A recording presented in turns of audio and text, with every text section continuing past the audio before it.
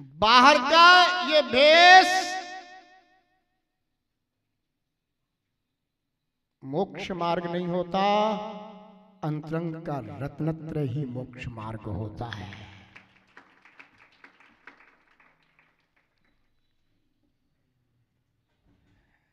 गुरु मूर्ता सग्रंथारंभ हिंसा नाम, तो कैसे है? सग्रंथ है और आरंभ हिंसा नाम, और आरंभ के कार्यों में जो हिंसा होती है उस हिंसा के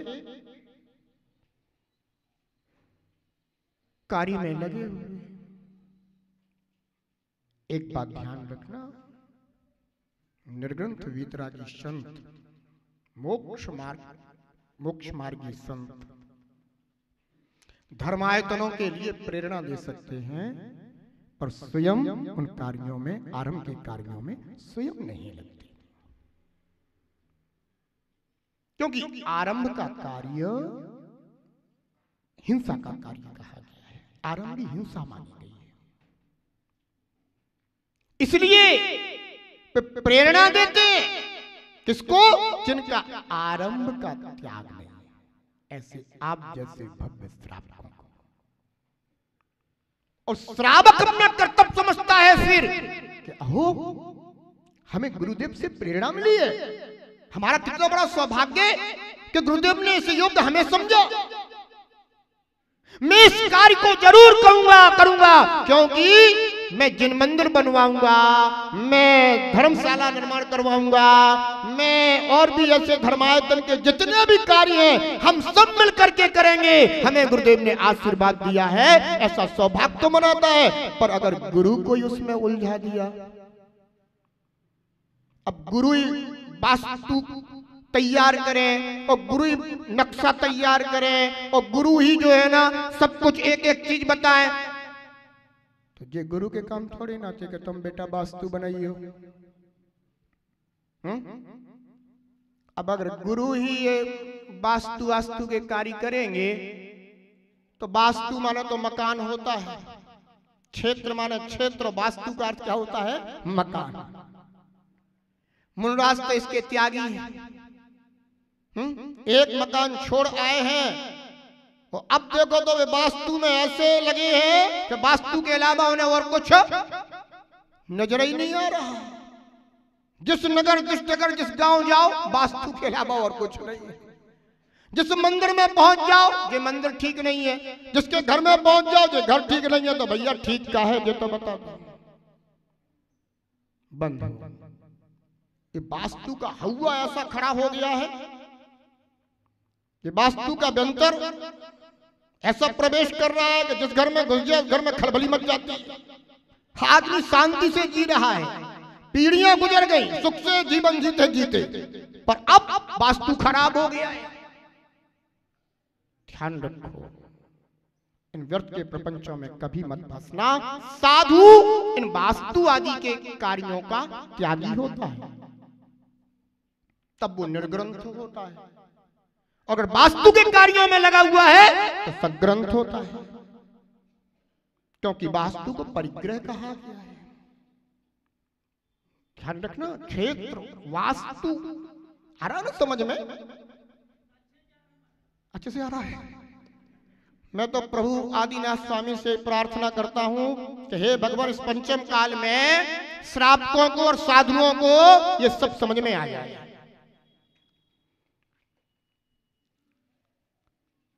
तो ये वास्तु के नाम पर बड़ा प्रपंच हो गया है।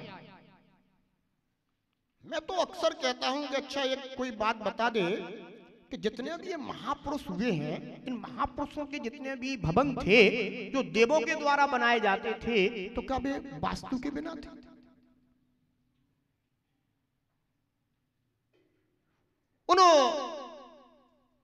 वो श्रीपाल हुए ना, श्रीपाल, उनका भवन वास्तु के तहत था। क्यों हो गया था उनको रोग, बीमारी क्यों हो गई थी?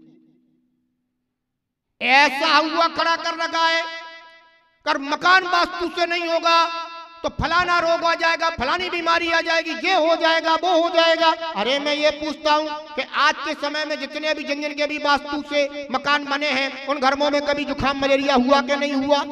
उन घरों में कोई बीमारियां आई कि नहीं आई? अरे भैया ये तो सामान्य बात है, संसार की प्रकृति का प्रचलन है। ये तो इस संसार में जो जैसा चलन में है वो तो होगा, चाहे कहीं भी कैसा भी हो।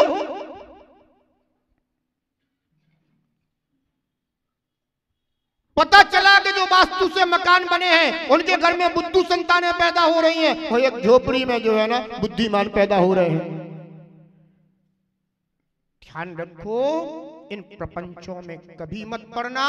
जो कुछ भी मिलता है जीव को अपने कर्म के अनुसार मिलता है। सामायिक पाठ में आचार्य भगवान अमित कथी स्वामी कहते हैं, स्वयं कृतम कर्म यदात्मना पुरा फलम तदीयम लभते शुभाशुभम परेण दत्तम यदि लभ्यते स्फुटम स्वयं कृतम कर्म निरर्थकम तदा।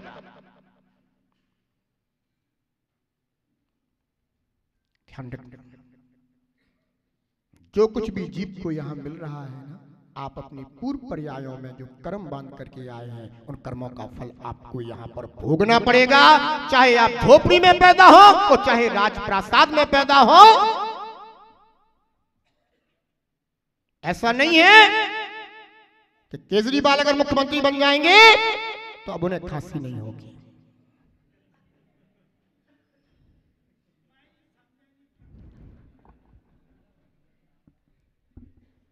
अरे तुम चाहे कितने भी उच्च पद पर पहुंच जाओ, चाहे तुम कितने भी अच्छे से अच्छे भवन में पहुंच जाओ, पर कर्म अगर किया हुआ है तो वो अपने समय में उदय में आकर के फल देगा। ये ना वास्तु कुछ करेंगे और ना कोई पद कुछ करेंगे। इसलिए साधु कैसे होते हैं? आरंभ हिंसा, जिनमें आरंभी हिंसा होती है उनके वो त्यागी होते हैं। सग्रंथारंभ हिंसा नाम संसारावर्त वर्ती नाम, जो ऐसे कार्यों को करते हुए संसार के आवर्त में ही फंसे हुए। कहां फंसे हैं? लग तो ये रहा है कि गुरु महाराज, और पता चला कि गुरु महाराज काय में फंसे हैं? सग्रंथारंभ हिंसा नाम संसारावर्त वर्ती नाम पाखंडी नाम पुरस्कारो ज्ञेयम पाखंडी मोहिनम। ऐसे अगर किसी को बड़े सम्मान से अगर आगे रखा जाता है तो भी बंधु कितना भी लोक में सम्मान क्यों ना प्राप्त कर ले, पर है तो गुरु मूर्ता है। इसलिए सम्यक दृष्टि जीव इन तीन मूढ़ताओं से रहित होता है। समझ में आ गया? छिंदवाड़ा वालों बोलो ना, आ गया? ध्यान रखो, अपन ने अपने जीवन में सब कुछ पाया है, पर ये जिनेंद्रियों की सच्ची वाणी हमें प्राप्त नहीं हुई है। और अगर आज हमें ये अपने महान पुण्य के उदय से अगर ये सच्ची वाणी अपने को मिल रही है तो जरूर अपनी होनहार अच्छी होगी, तभी ये सच्ची वाणी सुनने को मिल रही है। इसलिए केवल इस वाणी को सुनना मत, इसको अपने जीवन में चुनना, स्वीकारना, और अनादि से जो अंतरंग में जो अज्ञान अंधकार बैठा हुआ है उसको दूर करना, अपना भी दूर करना, और अगर योग्य हो तो दूसरों का दूर करना, और अगर योग्य ना हो तो अपने दूर करना, दूसरों का दूर करने मत पहुंच जाना। पहले अपने को योग्य बनाना। बहुत अच्छा, आप लोगों ने तीन मूर्ताओं का स्वरूप यहाँ पर आज समझा, जाना, और सम्यक दर्शन का क्या स्वरूप है चरणान योग के अनुसार उसे समझने की आपने चेष्टा की। आप सभी के जीवन से ये तीन मूर्ताएं विदा हो और सम्यक दर्शन आपका निर्मल हो। सच्चे देव शास्त्र गुरु की श्रद्धा आपकी निर्मल हो। मेरी ऐसी आप सभी के प्रति सद्भावना है। सम्यक दर्शन पाओगे, गीत निजातम गाओगे, रत्नत्रय को पाकर के धर्मात्म कहलाओगे। धर्मात्मा ही हो, धर्मात्मा ही परमात्म पाए रे। जीवन है पानी की बूंद, कब मिट जाए रे। जीवन है पानी की बूंद, कब मिट जाए रे। होनी अनहोनी हो, होनी अनहोनी कब क्या घट जाए रे। जीवन है पानी की बूंद, कब मिट जाए रे। जीवन है पानी की बूंद। जय बोले खजराट श्री शांतिनाथ भगवान की। सम्यक दर्शन पाओगे, रत्नत्रय को ध्याओगे। सम्यक दर्शन पाओगे, रत्नत्रय को ध्याओगे। सच्ची श्रद्धा भक्ति से, सच्ची श्रद्धा भक्ति से जीवन सफल बनाओगे। सच्ची श्रद्धा भक्ति से जीवन सफल बनाओगे।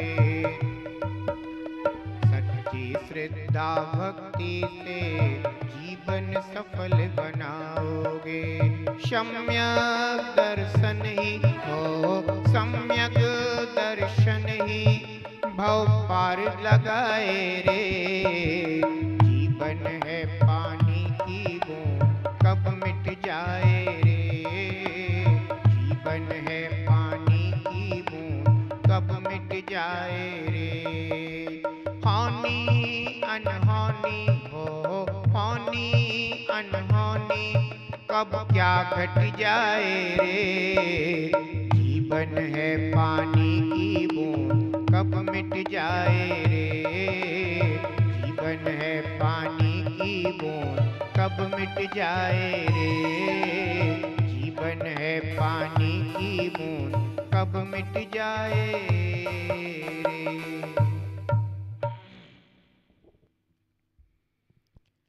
जयति जिनागम पंथ, जिनागम पंथ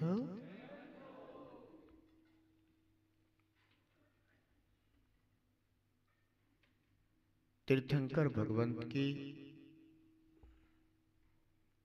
पावन पवित्र दिव्य ध्वनि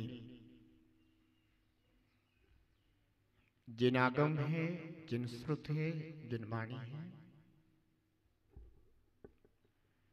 जो भव्य जीवों के लिए परम हितकारी है।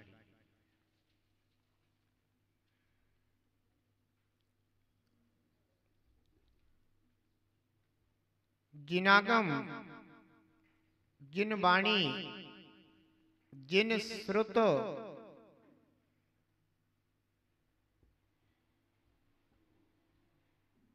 यह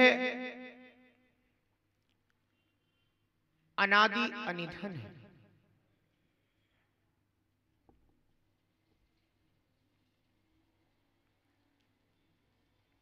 जिनागम में जो वर्णित मार्ग है, जो पंथ है, वह भी अनादि अनिधन है।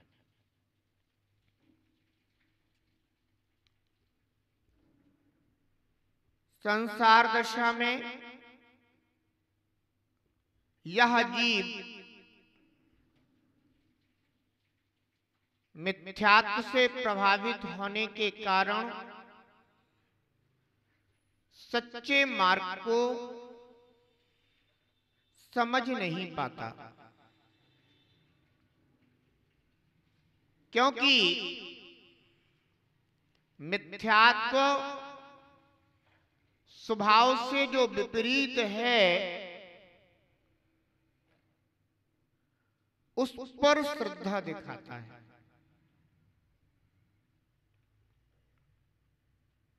अनंत काल हो गया अपने स्वभाव से विपरीत जीवन व्यतीत करते करते, परंतु कभी अपने स्वभाव का बोध नहीं हुआ। होता भी कैसे? जिन्होंने अपने स्वभाव को प्राप्त किया है, ऐसे सच्चे देव उनकी सच्ची वाणी और उस वाणी को आत्मसात करने वाले सच्चे वीतरागी निर्ग्रंथ गुरु, उनकी शरण, उनका आश्रय इस जीवात्मा को जब तक नहीं होता तब तक अपने स्वभाव का बोध नहीं होता।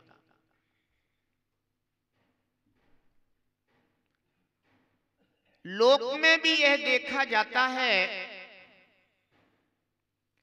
कि जो व्यक्ति जिस विषय में निष्णात होता है उससे उस विषय का ज्ञान प्राप्त किया जाता है। यदि कोई संस्कृत में निष्णात है तो उससे संस्कृत विद्या की शिक्षा ली जाती है। यदि कोई प्राकृत में निष्णात है तो उससे प्राकृत विद्या की शिक्षा ग्रहण की जाती है। यदि कोई गणित आदि में विद्वत्ता रखता है तो उससे उस विषय का परिज्ञान किया जाता है। और जो अपने स्वभाव में निष्णात है उनकी शरण में जाकर के ही स्वभाव का ज्ञान प्राप्त किया जा सकता है। अहो आत्मन, मिथ्यात्व भाव के कारण अनंत काल दुख में व्यतीत किया है।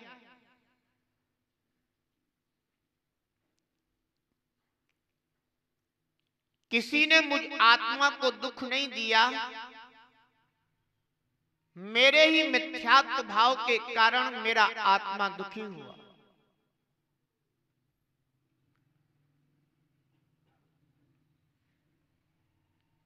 मिथ्या क्रियाओं को हमने धर्म समझा और उन अज्ञान क्रियाओं के द्वारा, मिथ्यात्व क्रियाओं के द्वारा अपने संसार को ही दीर्घ किया। भव्य जीव जिसकी होनहार अच्छी होती है उसे शुभ निमित्त प्राप्त होते हैं।